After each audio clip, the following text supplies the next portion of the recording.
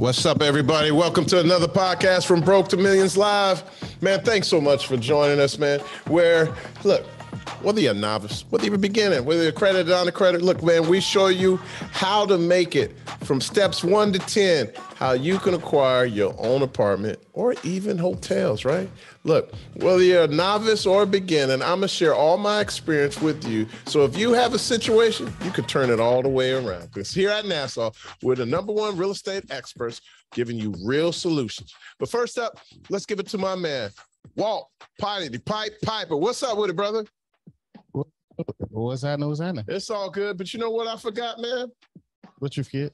Man, this show is brought to you today from Bird 360. The Bird 360 conference coming September 14th and the 15th. But we start the 13th, the registration. And we have parties every night. And let me tell you something.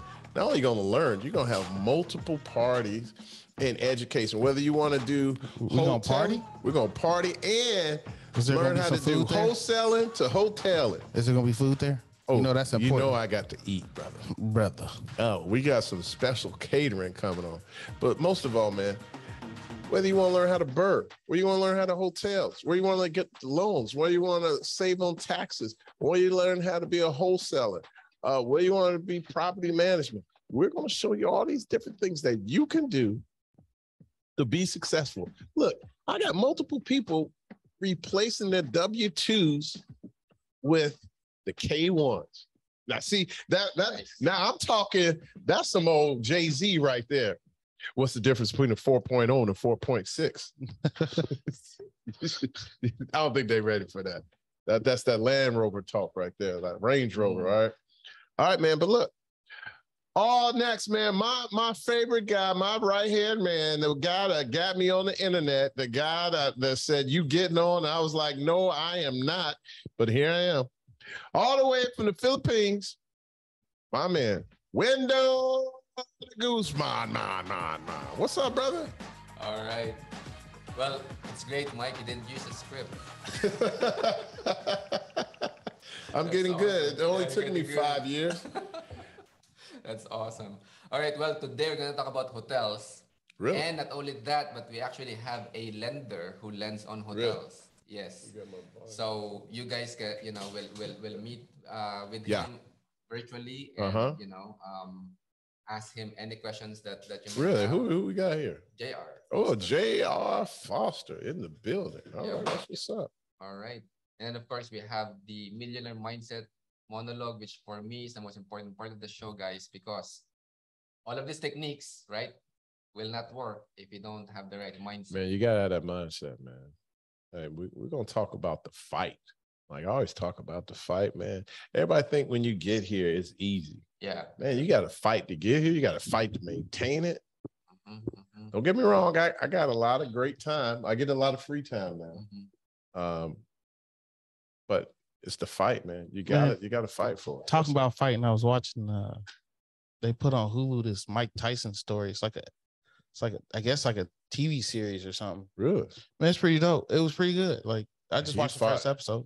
Mike Tyson's a very interesting person. Very much so. Yeah. You don't want to cross him, definitely. you don't want to get a right cross. That's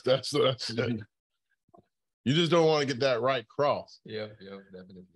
All right. All righty. Well, stay until the very end because we will choose one of you to get Mike's book. There we go. Broke to Millions right here. All right. So stay until the very end so that you get a chance to get that book. And also tell us where you're from. We will choose one of you again, to get Mike's book. Yeah. Instagram, Facebook, YouTube, Apartment Investing Secret Bird. Tell us where you're from, where you're checking in. We're not on Facebook today. Why? Due to Facebook just decided to change stuff. Oh, as usual. So I have to figure out what the problem is. All right, sorry about that, guys. Hand me that soda, that Mountain Dew. I got to do. After hearing that, this is really terrible, but I need this. Water. I do. Mama, daddy. We have our health consultant. Yeah, we have our health consultant, the vegan. Yeah. That's Egan. Hey man, you'll never get a luscious beard if you don't follow his diet plan. You refer to chicken wings as poison. Yeah. There you go. Hey, my beard would look like his if I would drink water. Right. Look, it's all damp. It's just smashed in and gray. His is all fluffy and moist, man. Look at that. Look at that. Okay. I think we should use that. We shouldn't use that word. Use that beard oil. Use that beard oil. I just use Vaseline. Vaseline is for everything. Okay. Remember the first day of school with your mom? That's probably too much information. Let's not go there. Okay, let's go. Hotels 101. Do it.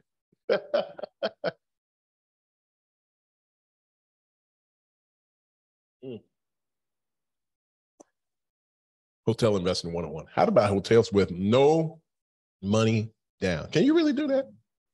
Well, apparently, because I've done it multiple times.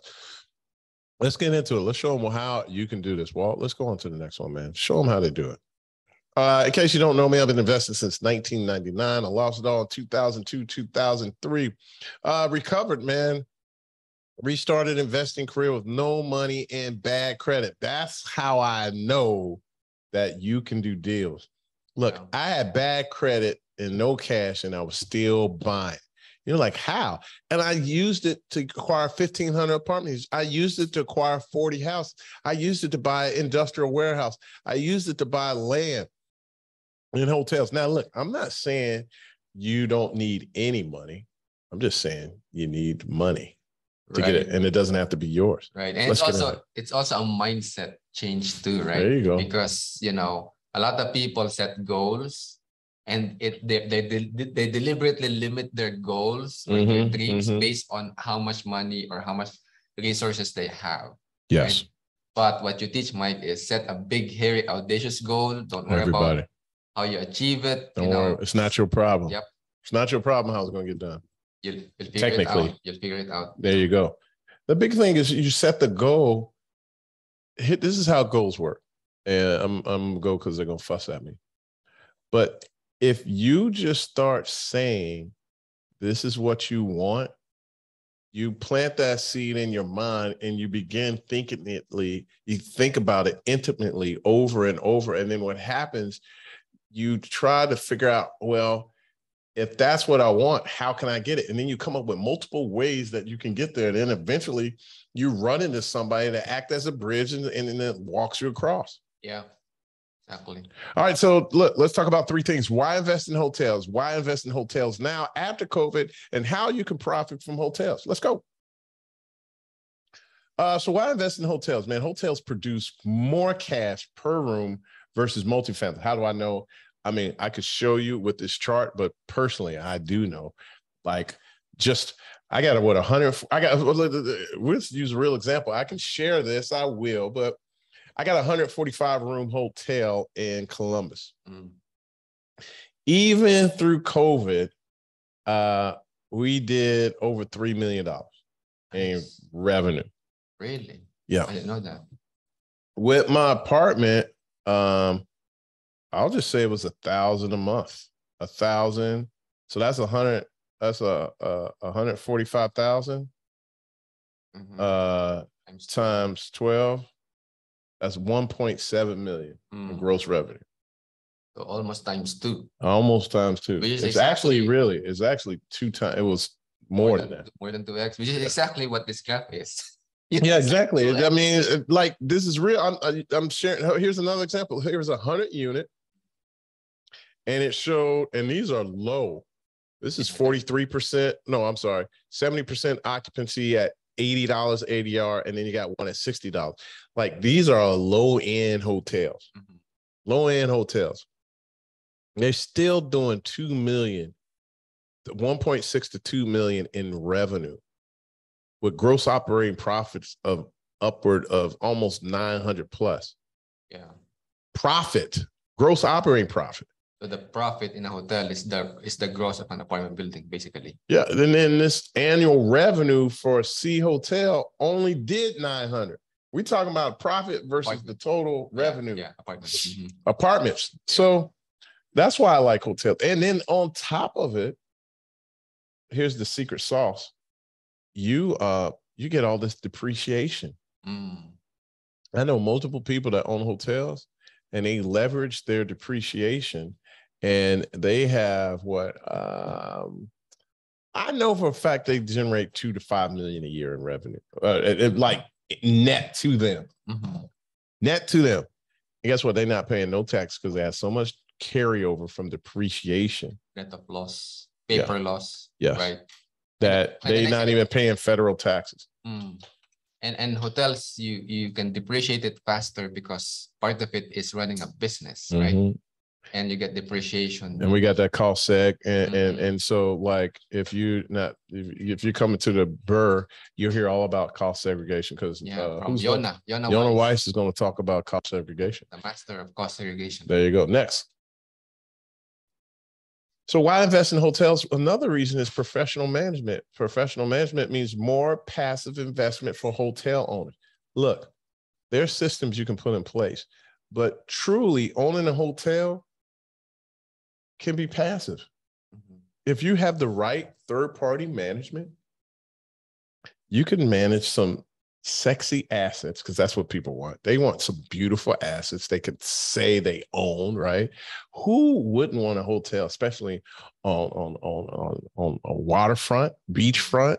In the Bahamas. Yeah. And then, okay, once you get over that, who don't want just a hotel that's cash flowing good money, regardless where it is, right? Yep. And so those are sexy. Being able to drive to other cities and having a hotel there and then hang out there, who wouldn't want to do it? That's like having your second home, but somebody else is paying for it. Yeah, and somebody else is managing it. Like last week, when was that? Like a few days ago, you went to Indiana, and then you haven't even booked the hotel yet. I didn't even book a hotel.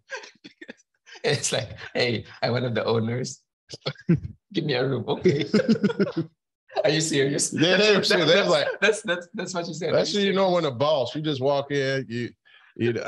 I pride myself on knowing most of the people that work there, but I haven't, you always get somebody new. I'm walking in. She's new. Yeah. She didn't know me.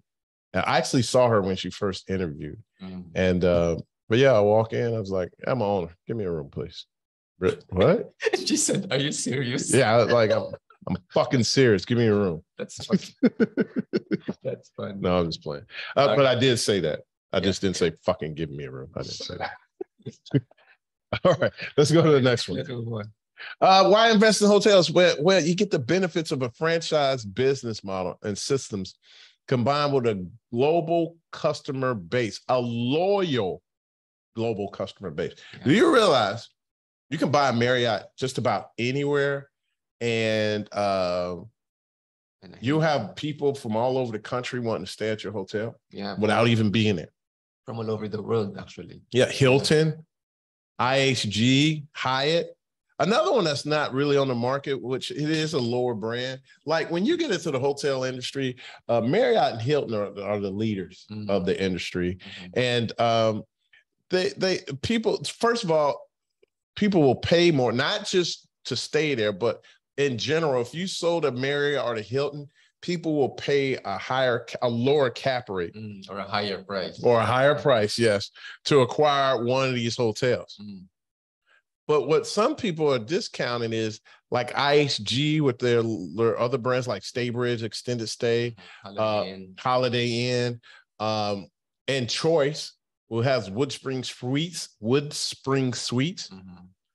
Those are cash flow kings, bro. Like now, even though they cost the same and you'll get more money, but their cash flow is going to be better because you're not paying as much in royalty fees. And if you got like some of these smaller extended stays, they don't have as many employees. For example, my extended stay Staybridge, Indiana Suites, 145 key. I probably got 30 something employees or more there. This home Woodspring Suites extended stay, lower end model, 6 employees. Wow. Probably a total of 8, 12, including part-time, but only 6 on the shift at a time. Literally, I could have 20 people on the clock in any given day. Nice. At the same time. So which one do you think is more profitable? Now, there's other things that go in it, but if you have lower expenses and labor is one of the biggest, who do you think is making more cash? See what I'm saying? All right, let's go on. But Mike, won't Airbnb make hotels obsolete? No. Yes, Airbnb is competitive. Yes, Airbnb has some hotel market share.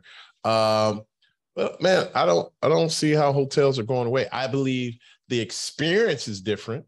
Now that is changing for sure. COVID and Airbnb has kind of forced the way we interact.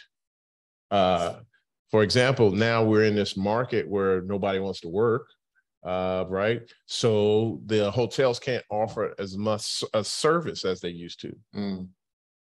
So they got to cut back on that, right? But if you stay at Airbnb, you're not getting any kind of service. Right? So there are no amenities too. Yeah, right? Yeah. Well, even to the amenities, they're cutting back on some of that. So, you know, it's challenging, but, you know, Airbnb now, listen, a lot of places that service Airbnb, which is everywhere, they're still cracking down. They're forcing a lot of people to go through paperwork. Instead of a local apartment having a whole building full of Airbnb, they're limited to I don't even know if it's percentage. Is it a percentage, Will, or? It depends on the area. Yeah, it depends on where you're at. I mean, some could be as low as, I think, so we got 9, so it can't be more than 50%, can't be more than 30%. It just all depends. So, I mean, in a building, you can only probably have 1 or 2 Airbnbs. So, again, yes, they are going to be out there, but, and Airbnb is still going to be strong because they got a strong market share and they could be everywhere, but they are going to regulate a little bit more of the Airbnb. All right. Okay. What else we got? Why invest in hotels now after COVID? Well, look at this, man. 10.5%. 10.5% of the hotel mortgages are in foreclosure as of June 2021. That was just as high as when we were in the Great Recession of houses. Now, understand, we don't even have that many houses. I mean, hotels compared to houses. So you had a lot of hotels in default. But, you know, as normal, the banks were smarter. They learned, as they say, history doesn't necessarily repeat itself, but it does rhyme. And what they actually did, instead of actually foreclosing on them, they had the hotels owners go out, either find somebody to help joint venture with them, restructure ownership, do some cash injections instead of actual foreclosing. So those are some of the great things about, you know, why invest in them. Like, there's still more opportunity. Yeah. And some people didn't convert back. Now, here's the thing. And if they didn't convert and the hotels foreclosed on, guess what? You could do another brand of a hotel. You could, right, actually convert it to apartments or senior living. Yeah. What one of our students, Dia, she's actually playing in the smaller space. That's her niche. And a lot of these people didn't really understand COVID. They still haven't recovered. Well, they're buying these little 13 to 30 unit hotels and converting them to more like an Airbnb status. It's still a hotel, ran like a hotel. They were set up to be a hotel, but she's got so much technology, it's kind of running just like a limited service Airbnb. Nice. All right, let's go on to the next one. All right. So strategies on how to invest in hotels post-COVID-19. Look, number 1, buy low. All right. Number 2, buy light. Number 3, buy right. Number 4, buy new. And number 5, manage right. Now, man, managing is everything. All right. If they didn't tell you that, I'm telling you now. Let's go on to the next one and show them why we say that. Well, number 1, you want to buy low, man. You want to focus on hotels you can buy for below replacement costs. Now, this particular hotel I bought, and this is my home too in El Reno, typically to build something, it's going to cost about $125,000 to $130,000 key. Now, with today's market and limited supplies and things like that, probably more like $140,000 a key. So if you got 100 rooms, it's going to cost you all in $13 to $14 million to build. $13 to $14 million to build. All right.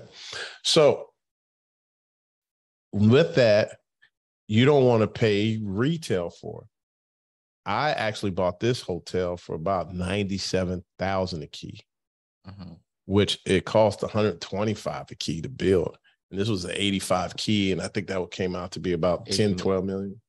Well, we bought it for 8. Right. But the value, the replacement cost is probably closer to like 11 million. Yeah. So definitely got undervalued. You can't build nothing like this. And it was only 4 years old. 4 years old. That's amazing. Yeah. Cool. What's amazing is my frozen face on Instagram. I was like, eh. Let me see. That's right. Let's go on to the next one, Walt. Strategy number 2 is buy light. Look, don't like, even to the day, unless there's really a large upside, you don't want to really do a heavy renovation, right? So when we say buy light, you're buying something that it doesn't really need a lot of work. Let's say kind of like lipstick on a pig is what we like to describe. But I bought this one where I just had to wait for the market to come back, and which it did. Like when I first started, like really, but what was crazy, the extended stay market actually still thrived. Yeah, during COVID. I was expecting the worst. I was expecting us to only gross like what, 1.3 million. We ended up doing 1.7, 1.8 million. I think we should have did better than that, but that's something we're working on. But our first year, we did well. Yeah. I thought we was going to be in a negative cash flow. Right. We were actually positive. Yeah. So that was a great thing. I didn't have to worry about renovating through all this, additional management when we're fighting through a epidemic or a pandemic. Is it epidemic or pandemic? It was epic. Pandemic. So it wasn't epidemic. Epidemic is good. Well, it is also, anyway. Are they both bad? I don't know. A pandemic is definitely not that great. Yep. All right, let's go on to the next one. Strategy number 3. Buy right. Look, higher end brands have higher margins. Let's be clear. But located in the tier 1, tier 2 cities, only with diversified demand drivers, extended stays could be great. Look, now, if you were to ask me to go out and actively search for a tier 1, tier 2 city, I probably would reject that now, right? But you mean the El Reno home too? Yeah, but because with the right management, though, it's a killer. Like this hotel, if it grows, in which it can, and it was on track, we only 1 month kind of screwed that up. But if we're at 2.3 million after debt, we potentially are netting 300 to 400 grand a year. Nice. And we only put $1 million in, so that's a 30% cash on cash. That's crazy. It's a killer. Yeah, that's crazy. The only problem with this, if the hotels come back with another PIP, it could be costly. So you kind of got to get in and get out. And I'm sure this is going to need a PIP eventually, but that we're 3 years, 4 years out, and we go from there. All right, next one. Strategy number 4, buy new. Focus on hotels that are basically brand new or does not need a PIP. Now, look, and when I say brand new, this one is fairly new, but then there's some that already did the work and still has an upside. The rationale, because you conserve cash and you conserve your mind. Man, going through a renovation is challenging. Like we're doing a $5 million renovation on our hotel in Columbus. Thank you. And I mean, you got multiple, like, I wish I could say we weren't going to have any problems. Our staff, our contractors are doing a great job, but things happen. Like a permit wasn't turned in on time, a permit for the drawing. Well, now I got a delay in the construction because of the drawing wasn't submitted, right? So they can't start on the exterior. When we got into the renovation, we come to find out that some of the plumbing lines, after they sat vacant for a while, there's like corrosion in the plumbing lines, right? And so finally, after it being dry for so long, they hardened, so it clogged the line. So now I got to snake out all my lines before we re-release that floor. So, little things like those. Yeah, it's just little jabs, little aggravation. Yeah. like stick me, like they're sticking me with a knife. Yeah. What was that? What was that? What was that? I ain't no track star. What was? Oh man, I can't forget that movie. It was Richard Pryor and the Mac. Who's the Mac? He was like, "Get over here," and he was like, "I'm sticking you." He was like, "I ain't no mother." Okay, that Let's was move on, I let's was move I thought it was funny. Jesus, nobody thinks it's funny. You would see it if you saw the movie. All right, All right, next. last strategy, most important. See, he's still not happy about the Man joke. is right. All right. The managing right is Because everything. Look. JR is waiting. Oh, that's why. Okay, yeah, I forgot about JR. I didn't forget about JR. But you need hotel operators that have survived several recessions, focus on cutting costs while increasing. Look, managing right is everything. Look, now that I've been through this, look, every manager has certain skill sets, and you got to find the right group for the right property. Yeah. Some managers, hey, they can handle these small tier 1 cities. Sometimes you may want to go with you don't necessarily want to go with a smaller mom and pop. I'm not saying you want to do that, but you want to try to control some of your in-house expenses when you have a smaller hotel. Let's say that. All right, let's go on to the next one. So how do you profit from this? Option number 1, do it yourself, man. You can do it on your own. Option number 2, you can do it with me, myself, Mike Ealy, and be a passive investor and just make money, baby. Make it. And option number 3, learn how to do it right and send us deals and be an active investor as well. Walt, show them what we're going to do here, man. So option number 1, you could do it yourself, but look at you. You're going to be just over here. You just created another job. Look, one of the big things I teach people when you're doing deals, don't try to be the guy that does everything. Yep. Right? Because you're going to look like him, like, oh my God, these bills. And look, doing a hotel can be convoluted, man, with all the documents that you need. That's why you need a team. So, but if you do it on your own, you need to find a motivated seller.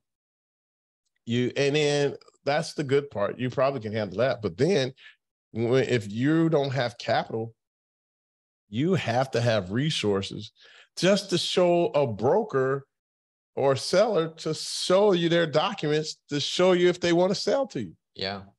Like if you don't even have the look, people ain't messing with you. The look. Yeah. I mean, the paper, the financial, hey, when they open your financials or proof of funds, and look, a lot of people are like, hey, send a proof of funds. I was like, I'm not sending you on proof of funds. Here's my bio. If you don't like it, shove it.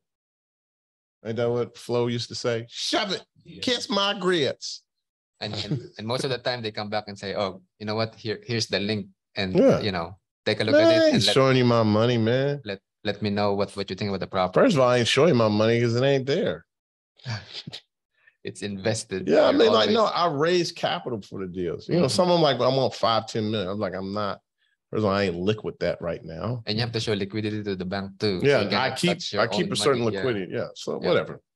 You might not be approved to assume the loan by the bank.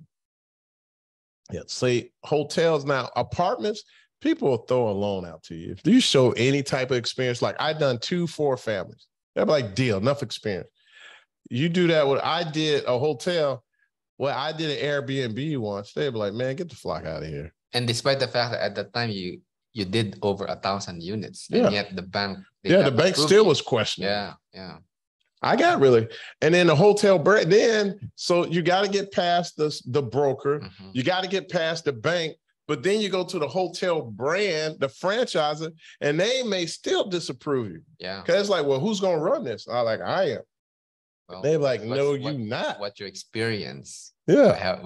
I ran apartments. Well, man, look, you can't run our Hilton unless you run another Hilton in Cincinnati alone. Right out here in is that Madisonville? Yeah, Madisonville. Yep. What's the hotel and place out there? What's the hotel out there with Madisonville, like on Red Bank and the blue one? Is that the blue one? Is it blue? Is it? Yeah, MedPace. Well, look, this guy owns MedPace, a multi-billion-dollar company. He's like, yo, I want to build me a hotel. They was like, okay, what's your experience?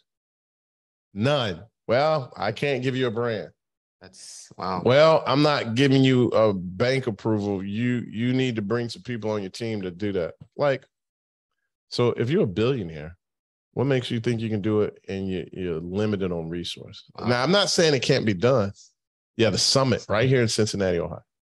Summit Hotel. Look it up. So even a billionaire couldn't get a franchise. That's amazing. It's challenging. Yeah. Yeah, so thank you. Doing it on your own, yep, that's very tough. Yeah, so the Summit, man, like that's just a perfect example. But like it can be done.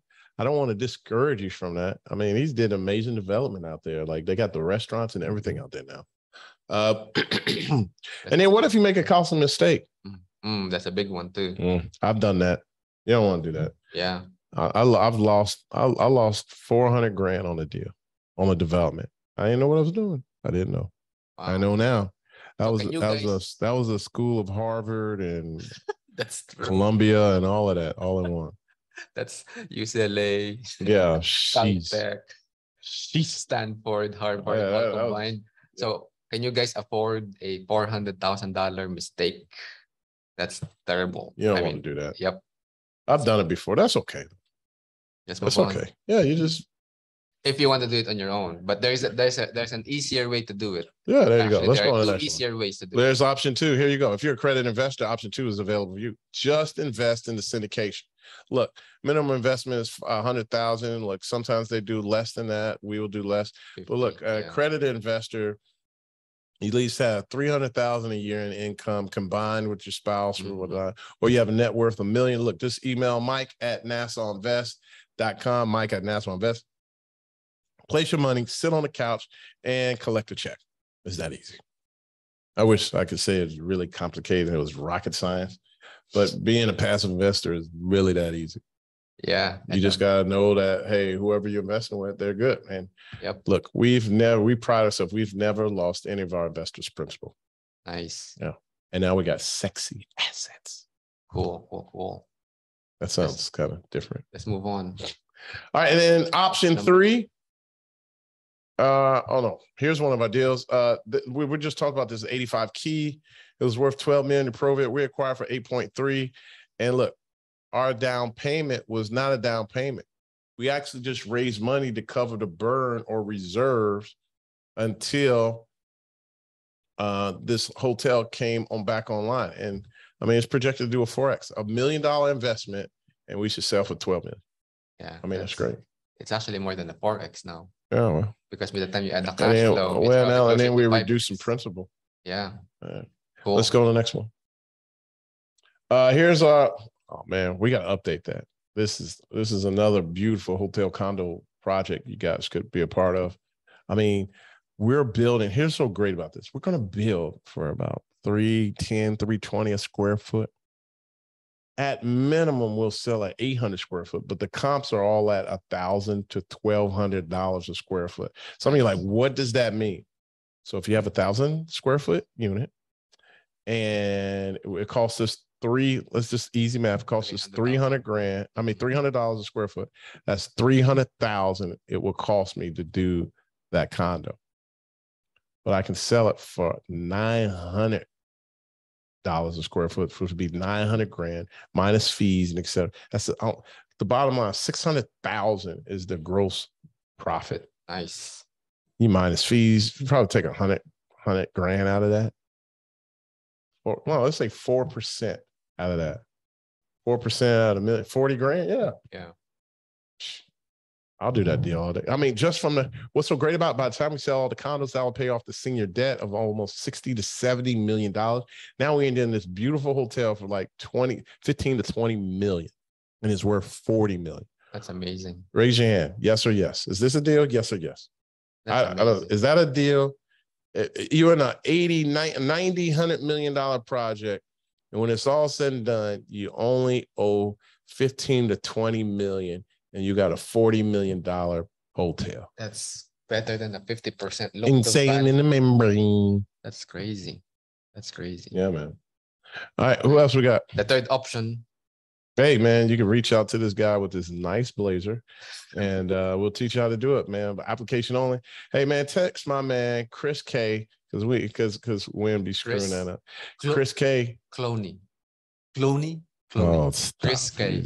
513-883-5636. Hey, man, text Chris, man. He'll show you the game. He'll get you all set up, and then you get lined up with our classes with one of our great coaches and myself. I jump in weekly, and we'll show you. So what's so great about our course? It's not that we just give you a pile of information. We actually give you piles of information and teach you how to execute. Yeah, it's all about implementation. What good is having wisdom and understanding if you don't know how to apply it? Yeah. Ooh, did I get him? Did I just get him on that? Yeah, in fact, wisdom. Give him the horn. Wisdom is applied knowledge. Wisdom is applied knowledge. So, oh, you think so? Yep. So information is just information. Knowledge is you truly understand the information. He trying to up me. He just tried to up wisdom me. Is applied knowledge. Okay.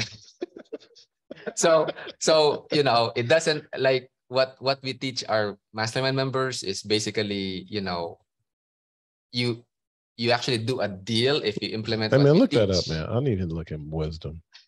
I don't believe it. And we have the coaches, you know, to guide you guys, you know, in order to implement, and you collaborate as well with. I don't like this. He's always trying to be smarter than me. I don't think he's trying. He just naturally does. I think it's one of those situations where you can't win because his name is Win. You can't win with Ben. Right. Hey, no, but look, man, reach out to text hotel to Chris, 513-383-5636. And he'll get you ready to sign up for a class. Yeah, Let's go on next one. And it's by application too. So we don't accept everybody. Next week, you'll learn how we took this $470,000 and turned it into $4.7 million. A bird deal case study. Yeah. That's the topic for next week. All right. Literally, look at this building. Doesn't it look good? Look at that. Look at the landscaping. That was pretty good. His idea was to put like a magnet for a sidewalk. That looks like a magnet. You know, really why they did that is to save money on concrete. Instead of having two big ones, they just cut it into one. If you really wanted to know why. Yeah, I was just saving money on concrete. All right. All right, man. Cool. What we got? We got JR now. Yep. JR, look at him, man. That guy looks good. Lender who can lend you money on hotels. And you did not use the updated slides. Yeah, he did not. Yeah. That's an old. That was like 1950. But the suit looks good and the tie. JR's here. He's done quite a few hotels. And I'm saying that was the most recent, but I know he did this one Holiday Inn, which he knocked it out of the park. JR, what's up, brother? No, he just disappeared. He got muted. No, he's like gone, bro. Oh, he's a panelist? He's there, yeah. Oh, okay. Ask him unmute. He's a co-host. There you go. What's up? He's all right. Oh, there he's sideways. There he goes. He's back. Let's put him on the spotlight. There you go. He even had a little dance. What's up, brother? How you been, man? Hey, man. Good. How are you? All good. I haven't seen you since the festival, man. I know. I mean, I appreciate that invite. It was a good one. Yeah, man. He was rocking with Janet, him and the wife, and then after man. Janet went off, they left. He was like, we don't need to see nothing else. Janet Jackson. Yeah, that was. How y'all doing? It's all good, man. What's going on? Hey, man. So tell the folks what you're doing, where you're from.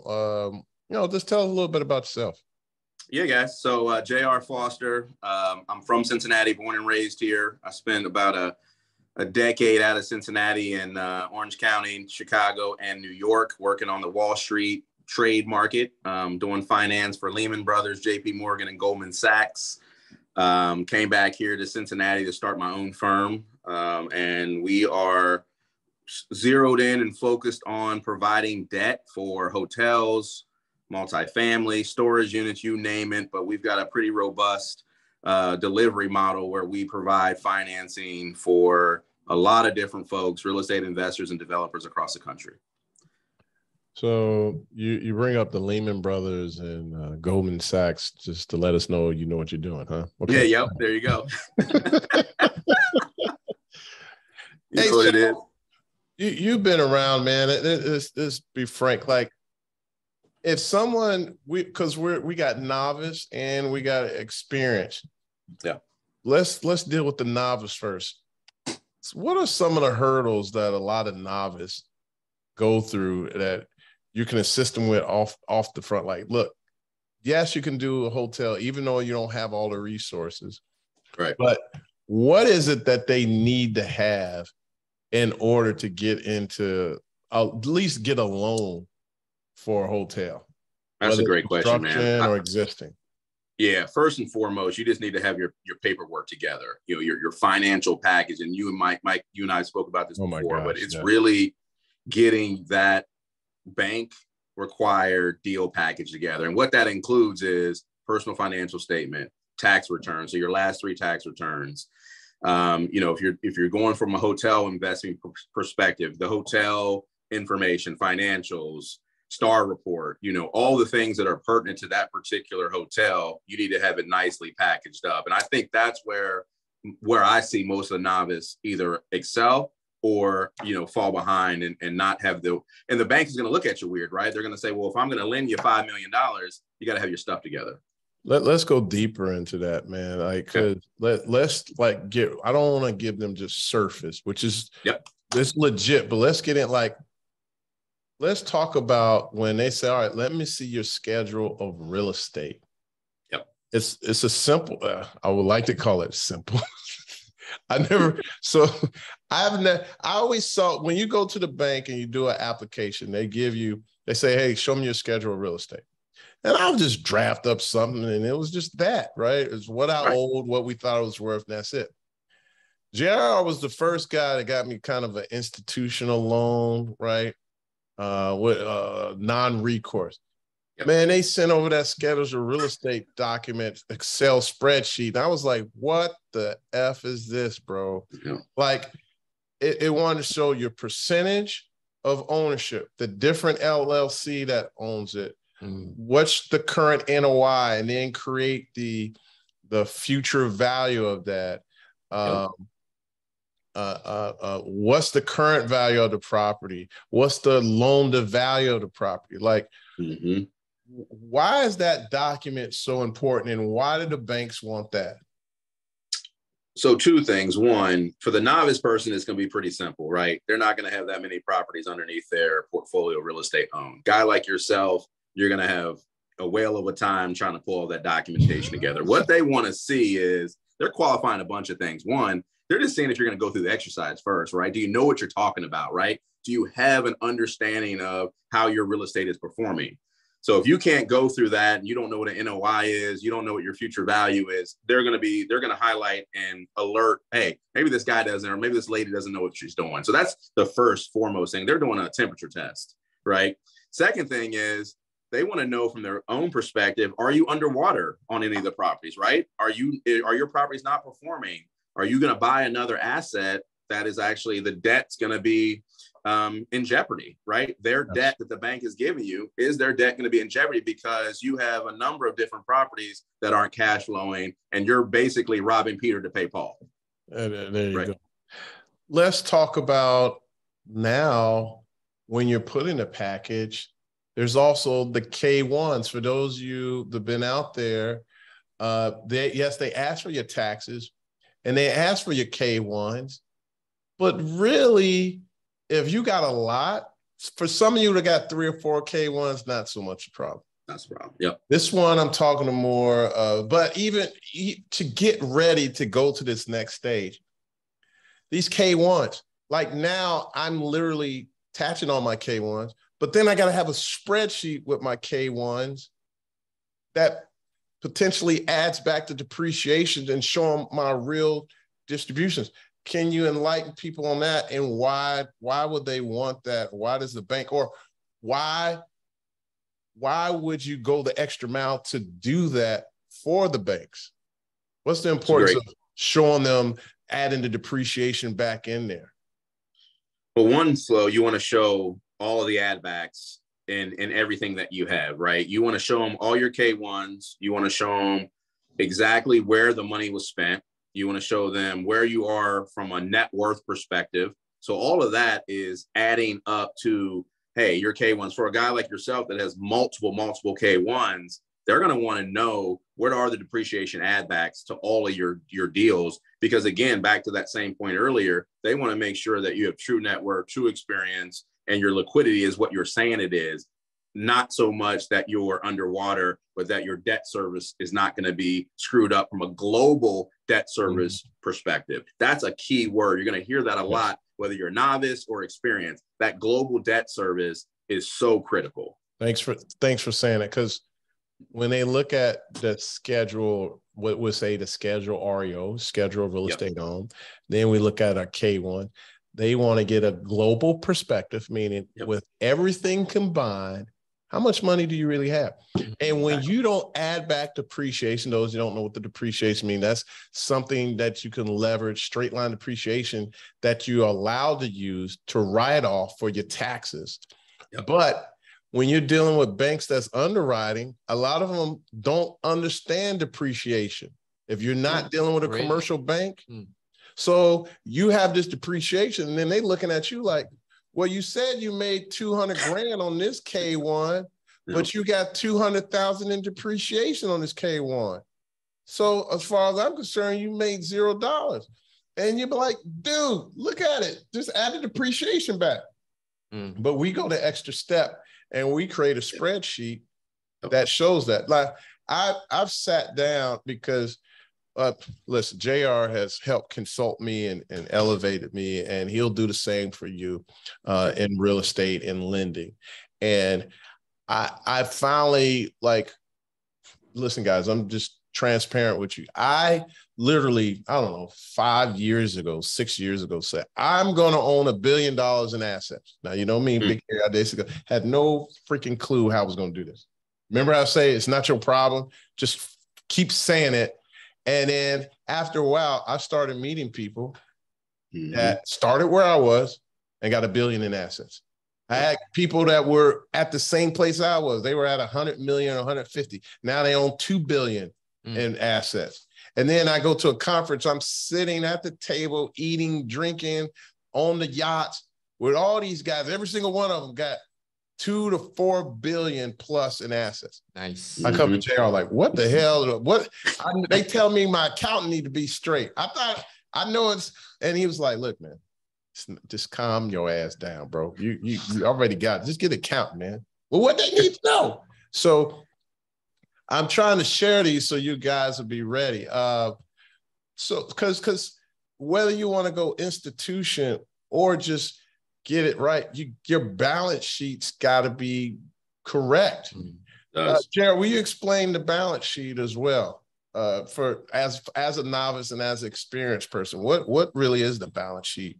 Are you talking about the balance sheet as it relates to assets, or are you talking about your PFS, assets and liabilities? Well, your balance sheets for your assets and because they're going to say, give me the global balance sheet as well. Why is that something they look at? Because you got my K1, you got my personal financial statement, you got my schedule of real estate. Why do you need a balance sheet? I mean, you know what? It all boils down to they need to see a global picture of everything you have. It comes back to that global underwriting, right? So they want to see everything that you have from your personal financial statement, your balance sheet, your net worth, your experience, your credit score. And then they're going to look at that and say, okay, is your balance sheet bringing you, is it weighing on your global cash flow? Are you below 1.25 debt service? Or is your balance sheet helping you in getting you this loan that you're going after? So the balance sheet is a critical piece. Profit and loss statement is a critical piece. I mean, there's everything that Mike is talking about today is a global picture of where you stand financially. And is that bank going to take a risk on you based upon all of those documents pulled together? Yeah, because like when we do a hotel deal, we look at, I don't know, 4 or 5 different metrics, right? We look at the cash on cash. We look at debt coverage ratio. We look at equity multiple. We look at IRR. the IRR, right? We look at all these things. Well, the bank, they speak in that language too, but they look at the sponsor and they have different metrics they look at as well. That balance sheet really with your balance sheet, it really dictates how that scheduled real estate that we talked about. And that's why it's so critical that your bookkeeper, you have a bookkeeper that either has the skill set of an accountant or a bookkeeper that every month an accountant checks in with them to make sure that, because it will make your life so much easier. And trust me, and ask me how I know. If you had an accountant that did your books every month, or at least checked in, they make sure everything is categorized, because with the click of a button, all that stuff can go to your schedule of real estate. I tell people all the time, Mike, it's easier to start right than to have to start and get right. Oh my God. You know, because if you start doing those disciplinary things you just mentioned, meeting with your bookkeeper once a month or once a quarter, and even when you don't have an asset, or if you have 5 assets, getting your stuff together. So when you're a $1 billion guy like you, then you don't have to get ready. Because then you got to pull together a bunch of stuff. Because it's I mean, if JR would have never gave me that schedule of real estate and I did my first, I would have never knew that. And what was so great about it, like I could just talk to him one-on-one. Like literally, I was a dumbass. Like as highly as smart y'all think I am in real estate, I don't know everything. And he handed it to me. I was like, oh my, and paperwork is not my thing. I do not like paperwork. I look at it like when I first started reading books, I couldn't stand reading. You know? For you, Mike, paperwork is like the hardest thing. I would like the harder than the hardest real estate deal is just doing the paperwork. Yeah, I was like, paperwork. Let's get somebody else to do that. Yep. Well, JR is one of the speakers at our go ahead, conference. So JR, tell everyone like what are going to share during the Burr conference in September. Yeah. Oh man, we're gonna drop so many gems on you. I can't wait for this, man. We're hit that swords on them. But he dropping them gems on them, baby. We're gonna drop the gems on them. But I mean, when we're gonna talk to everybody, whether you're a novice or you're a person that has a bunch of real estate, right? We're gonna talk about what do you need to bring down payment. We're gonna talk about how do you get ready, how do you build a financial package. We're gonna talk about what are the right banks to approach, right? Are you talking about a bridge loan or an SBA loan? I mean, we're going to go through different loan programs. We're going to talk about where you are in the country. We're going to talk about IRR. We're going to talk about everything that is applicable to getting you, whether it's your first deal or your 20th deal, and how to be a better equipped to get a loan. Yeah. Nice. And look, guys, we're preparing you. Look, I want you guys to do 10 times better than me. Yeah. And so these are one of the key things that could potentially, listen, you'll be fine. For those who don't have the net worth yet, don't worry about it. Don't worry about it. I remember when I was there. Look, it really won't be a problem when you're in that, you only have a net worth of 0 to about 2 million, maybe 3. But when you try to go, it really depends on the deal you're going after, right? When you want to start going to these bigger deals and you don't have that together, that's when it's a problem. And your net worth starts to get over 2 or 3 million. I'm just telling you, you got to have that in order. And not only that, you want to have it in order so if you check out, your family can check in. Mm-hmm. They'll know where it is, they may not have all the paperwork, but they can look at that schedule of real estate like, well, he owns this and this is the address. This is the location. Here's his ownership. Pay me. Yep. Right. Yep. Right. Because I'm sure if you're doing deals in this magnitude, they have operating agreements and it shows what happens upon death. So the great thing about it, even if they didn't put a will together, you have some type of clause in real estate to attach. All right. All right, let's do Q&A. We're gonna do Q&A. Yeah. Well, JR, he's gonna join us for this, right? Yeah, JR. Yeah. So JR, please put your contact info in the chat so people can. Okay, I'll do that now. Mm-hmm. And whoever attendee, we got a question. I think Christine will want to contact you. Christine is doing deals. So, Christine, you raise your hand. You have a question, Christine? You're gonna allow her to talk? Uh-oh. Y'all let Christine talk. We're in trouble. That's funny. Christine is one of our mastermind members, and already, she has a deal with Mike, right? Panama Hopefully. City. Yeah, we'll Yeah, see. that's Yeah, awesome. That's falling to the wayside, but I promise you'll follow back. Cool. Christine, you there? Well, I'm here. Can you hear me? Yes, We go can hear ahead. you now. Okay. So first off, the attendee chat is disabled, so no one can ask questions. Oh, how did that happen? I don't know. I was but wondering it's why been ain't nobody disabled. Yeah, it's responded. like no one asked any question. That's weird. Well, because you got Yeah. So I just want. wanted to let y'all know that was disabled. That's all. Oh, okay. Well, you don't have a question since you're here. Oh, there you go. Well, no, Oh, I'll talk to you later, Mike, because I had been talking to Stefan. Of course you have. The beast in her will not let it go. Yeah. All right. So Okay, mute me guys. back because I don't know how to mute myself. That's funny. All right. So Instagram, we got any questions here? If not, how can you share a schedule of real estate? Hey, shoot me an email, and I just put my email in the chat, and I'll shoot you over a sample schedule of real estate. Okay, here I'm gonna hit him. So J.R. Foster at robertlewiscapital.com. I need to respond. How you can here? You can hit this Yeah. J Jr.Foster. J right there responded to that. I guess you got to just type it in and pin it. Okay. So anybody, any questions before we jump in here? I know we're kind of getting on their time. What time we got here? Oh, we got 3 minutes. We have 3 minutes. All right. I don't know why the chat was It's disabled. all right, man. It's one of those days. Hey, look. All right, man. JR, man, thanks so much for joining us. I'm going to close it out with a millionaire mindset, and I will see you in about 2 weeks. Or is it 3 weeks? It's 3 weeks? 4 weeks? 3 weeks. All right. 3 weeks. All right, brother. I'll talk to y'all soon. Thanks so much. Thanks, JR. All right. See you guys. Dan had a question here. right there. Can you give me more details on extended stay hotel? The concept looks great. I mean, extended hotels is simply this. It's a short-term rental.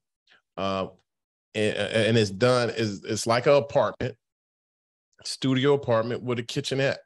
And so literally you provide less service, and depending on where you are, some have some amenities and serve breakfast and pools and everything.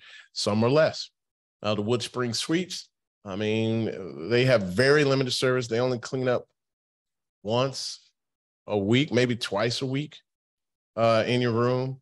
And it's kind of like apartment. And sometimes the rate is lower. Typically, some places are 100, 120 a night, 150, 200, where these more economy brands are 65 to 75 a night. So that's kind of thing. It's kind of but they got so much volume that people stay for a long time. So that's the extended stay. But Dan, we could talk more about that. Any other questions? I know Instagram, we kind of, we keep going in and out on Instagram today. All right, but hey, let's get into millionaire mindset. Now it's time for Mike's millionaire mindset. You know, I always share with you, man, whatever it is that you desire in life, man, you're going to have to fight for it. Like, nobody's just going to give it to you. You know, I shared about the basketball games. I share about where I am. And as I get older, you know, I was taken for granted that I can't say I was taken for granted. It was just my personality that I pursued everything. But no matter whatever it is in life, you have to fight for it. Like, look, man, not just in real estate. Like there's a kid that I work with, man. Like I fought to make this money so I could help other people's lives. And this kid didn't have the right grade. So we had to put him in a different school. And then finally we get him in a different school. He finally, in the first time in his life, he's getting A's and B's. Finally, like for years, this boy is getting D's and F's. And we finally found the right school for him so he could get one-on-one learning. He's getting A's and B's. And then finally, he's got the grades to finally get in a good school. And when we get there, he ain't got enough credits. Right? And then he's got this great football career, but he had to fight for it. He had to stay in it. And because he stayed in it, finally, we got him accepted into a great private Catholic high school right here in Kentucky. And now this boy is ready to thrive and move on. Nice. But he had to fight for it. Nobody gave it to him. It was uncomfortable. He had to leave his friend. Can you imagine being 14 years old again and all the friends you hung with, then you just up and leave? It's like moving. You got to fight for it. And it's pressure on people, man. It's like diamond. Who don't like diamond? Well, some people don't like diamond, but I'll tell you, the diamonds are a woman's best friend, and it takes men quite a few years to afford to buy one. But what's so great and what's so amazing about a diamond is it wasn't always a diamond. The diamond took on a lot of pressure. A lot of pressure. And then after you go through all this pressure, and just when you think it's over with, the heat comes. The pressure and then the heat. And then after you got all this heat, all this pressure, and you ready to quit, and just was like, you're like, oh my gosh, it's over again. And then they say, hey, I'm ready to cut you. I said, God dang. But it's not until the diamond is cut, it has that true value. And then we know that it is a true diamond. And we know it's a true diamond because it can handle the pressure, it can handle the heat, and it can handle the cut. What I'm trying to tell you is there's going to be plenty of times when you got tons of pressure and tons of heat to find this deal, but you just can't quit. You have to continue to fight under the pressure. You got that pressure on back in the day, man, when people were broke, they had the pressure on that neck. They got like that foot on my neck. And what I'm saying, man, in real estate, in life, man, you just got to fight for it and go through the pressure. Because once you go through the pressure, the heat, and then they cut you,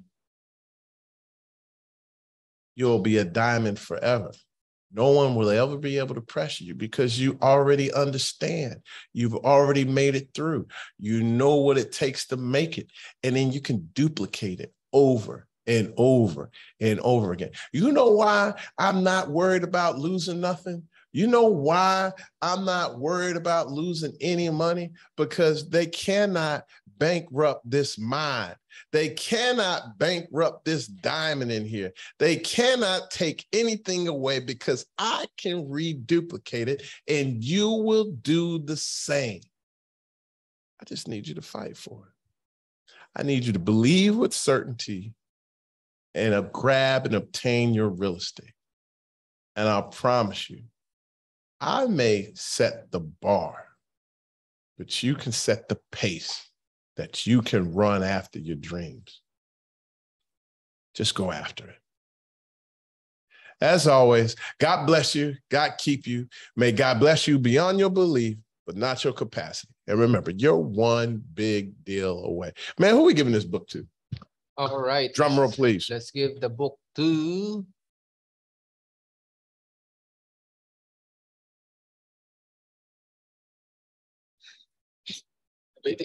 Oh, he was waiting for you. Ariel Logan. Let's give Ariel the book. Logan. Ariel. All right. All right, Ariel. She's been with us quite a few times, man. All right, well, she gets the book. Ariel, you need to give us your address or email. Well, I don't know. I'm be quiet. What do you want to happen? Let me just shut up. I will email. Well, in the chat, I will send you the email or she's like, let's go. Give me my joint. Logan like, give it to me. Hey, man, let's play some exit music and let's say goodbye to everybody, man. So my people, Christine and Rick, I don't even know where y'all at, whether you're in San Diego or Detroit or Compton. They're all over the place. Ariel, just got the book. Byron, Dan, let's get these extended hotels. Denise, hey, how you doing? And who is that? Let me see if I can say this right. But dang it. Pataroti, please let us know how to say it because I want to make sure. Pataroti, tell us how we say that. Yeah, tell us how to say it because I want to say it right. Gene, Isaac, Jay. Oh, Jay, he was on Instagram too. Jose, so Jay, you just email JR. Jose, Julia, Calmego, Lee, Tran, Raphael, Scott, Shavon, Skip, Thomas, and Vincent. Hey, man, thank you so much. And who is this? Damian Jones out of Brooklyn, Selman, Jay, Teresa, Patrick. Man, we got everybody from all over the world, man. Thanks so much for joining us. As always, I'm out. God bless you. God keep you. And I'll see you next week. Thanks so much for hanging with us. And hey, if you haven't got it, I'll see you at the Bird 360. Get your ticket now. Our conference, Bird 360. All right, see you guys later. Peace out.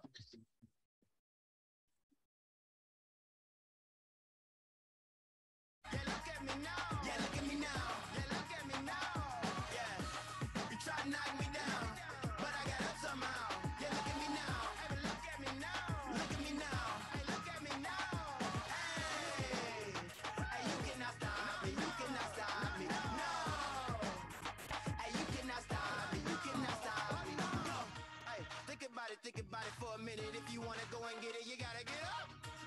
Think about it for a minute. If you want to go and get it, you gotta get up. Hey! Wait a minute. I won't back down, no. Wait a minute. I stand my ground, oh. Wait a minute. I'm stronger now, oh, whoa. Wait a minute. Oh, here we go. You try to knock me down. You try to take my crown. But look at me now. Yeah, look at me now. Yeah. You try to knock me down. But I got up somehow. Yeah, look at me now. Look at me now. Hey, you cannot stop me. No. Hey, you cannot stop me. Hey, you cannot stop me. No. Hey, you cannot stop me. Go.